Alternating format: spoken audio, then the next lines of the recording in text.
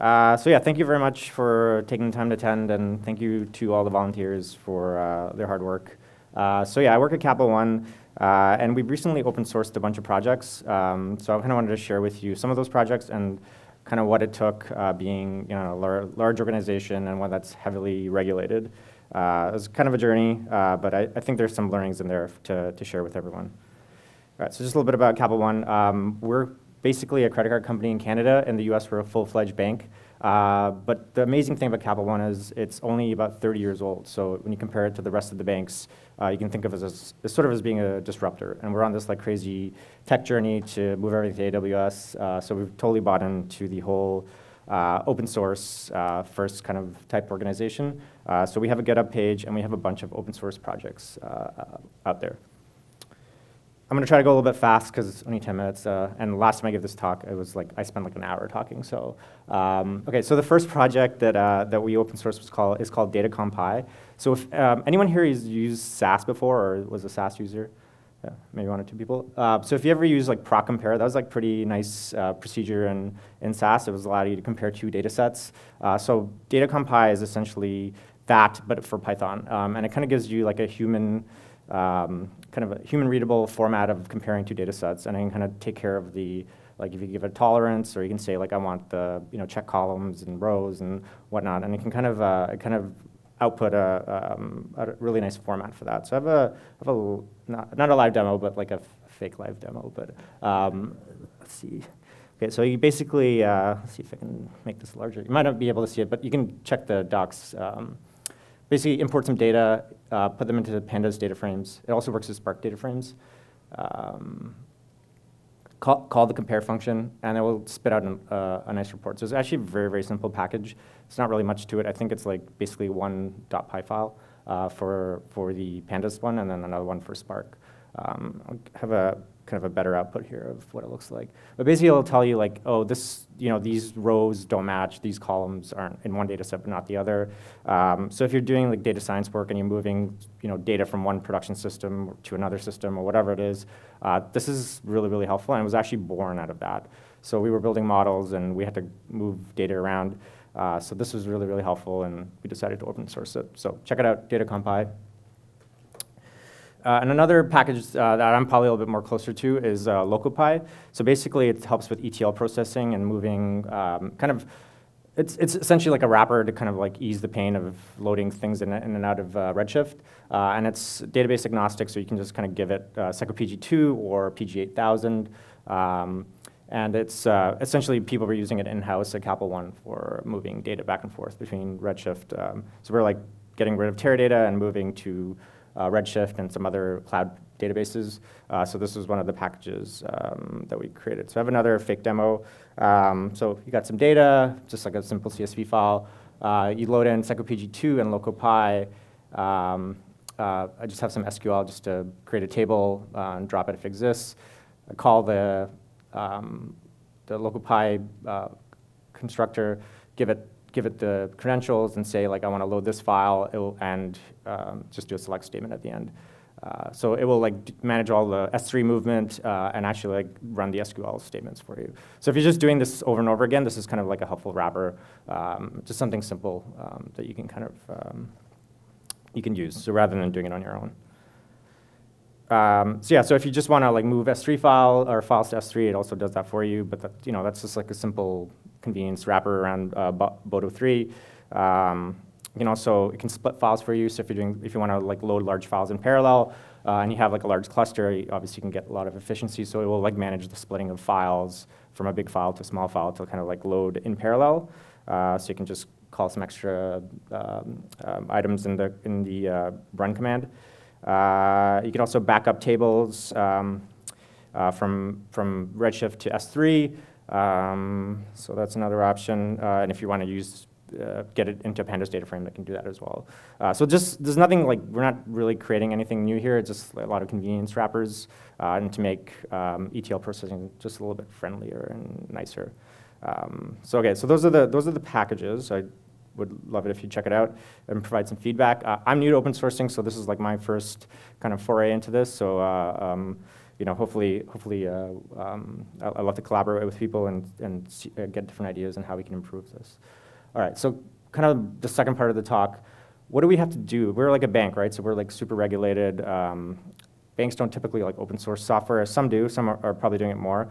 But some of the things that we had to think about before we even like went down this path was about getting management support, internal adoption. So we have enterprise GitHub internally, so we can get a sense of like when we build out a package, we can give it to all the people in the organization. So there's probably about I want to say like 500 or 600 data scientists and maybe 1,000 software engineers at Capital One, kind of all over North America and the UK. So we can get a sense of like who's using it internally by forks, and we have Slack channels and stuff that we can kind of get feedback on. So we had some good internal adoption for some of these packages. So this is like another reason why it was a good candidate to open source. And there's also a lot of discussion about like proprietary information, and these packages were pretty good in the sense that they're just like utility kind of packages. We weren't going to open source any like models or anything that we have in Capital One, so another good reason to kind of give back to the community. Right, so there were kind of three main components, and a lot of this stuff I still don't understand. So licensing, which is kind of like a really important thing, and our legal team really hammered us on a little bit. Names, so like what we actually call the package is called something totally different, and we couldn't call it that. It had to be something else. And then also security. So we can talk a little bit about that a little later, but yeah, these are all kind of complex subjects, and like as a data scientist and an engineer, I just kind of want to like build stuff, right? I don't necessarily care about like what license is on the external GitHub repo, but it does actually kind of matter. So, so this is kind of like just a too long didn't read of the licenses and how our lawyers kind of look at it. So like Apache MIT, thumbs up. Anything with like LGPL or Mozilla, they were kind of like, no, thumbs down. And I think the main thing about it was about like when you use a piece of software that has one of these licenses, you have to like, when you distribute it, you have to kind of keep the original license, and then that could force you to like open source stuff that you don't want to open source. I don't fully understand it, but basically they were like, it has to, if you're going to use any software, it has to usually be like an Apache license attached to it or MIT. So yeah, so it's a lot about it like attributing back and re-releasing code that you may or may not modify. So yeah, so kind of a complex subject. There's actually like a really great post from Uber by their legal team talking about this, and it's a pretty interesting read. So if you just like Google Uber legal or legal licenses, it should be one of the top hits. But just kind of something interesting that I never really thought about as a programmer. Okay, so PsychoPG2, which is like the main DB adapter you'd use in Python. It's the most popular Postgres one, and Redshifts kind of based off Postgres. That is not a Apache or MIT licensed item. So that caused a problem for us, and our legal team was kind of like balking at that. So we needed a solution. 3 minutes, okay. So what we had to do was we actually made it agnostic, so you just provide the adapter that you want. So one of the nice things about the DB2 adapter, like the protocol, is like they all kind of follow a similar pattern. They all have like connect, disconnect, all that kind of stuff.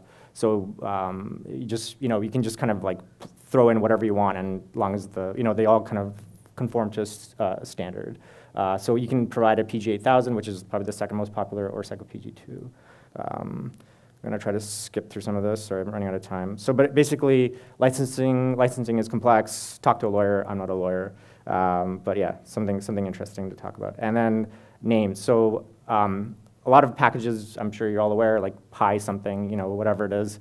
Our lawyers said we couldn't do that because that's actually like a trademark thing. And if you read through the trademarks in that link from the Python Foundation, that's actually like explicitly said that you need to ask for permission to do that kind of stuff, or anything with Python in it. It has to be like using Python or utilizes Python or something like that. You can't just call something Python because it may create a inappropriate relationship between the Python Foundation and whatever organization you are, or individual person. Yeah, okay. All right, well, that's kind of it. If there's any questions. Yeah. All right, thanks so much, Faisal. Let's give him a round of applause.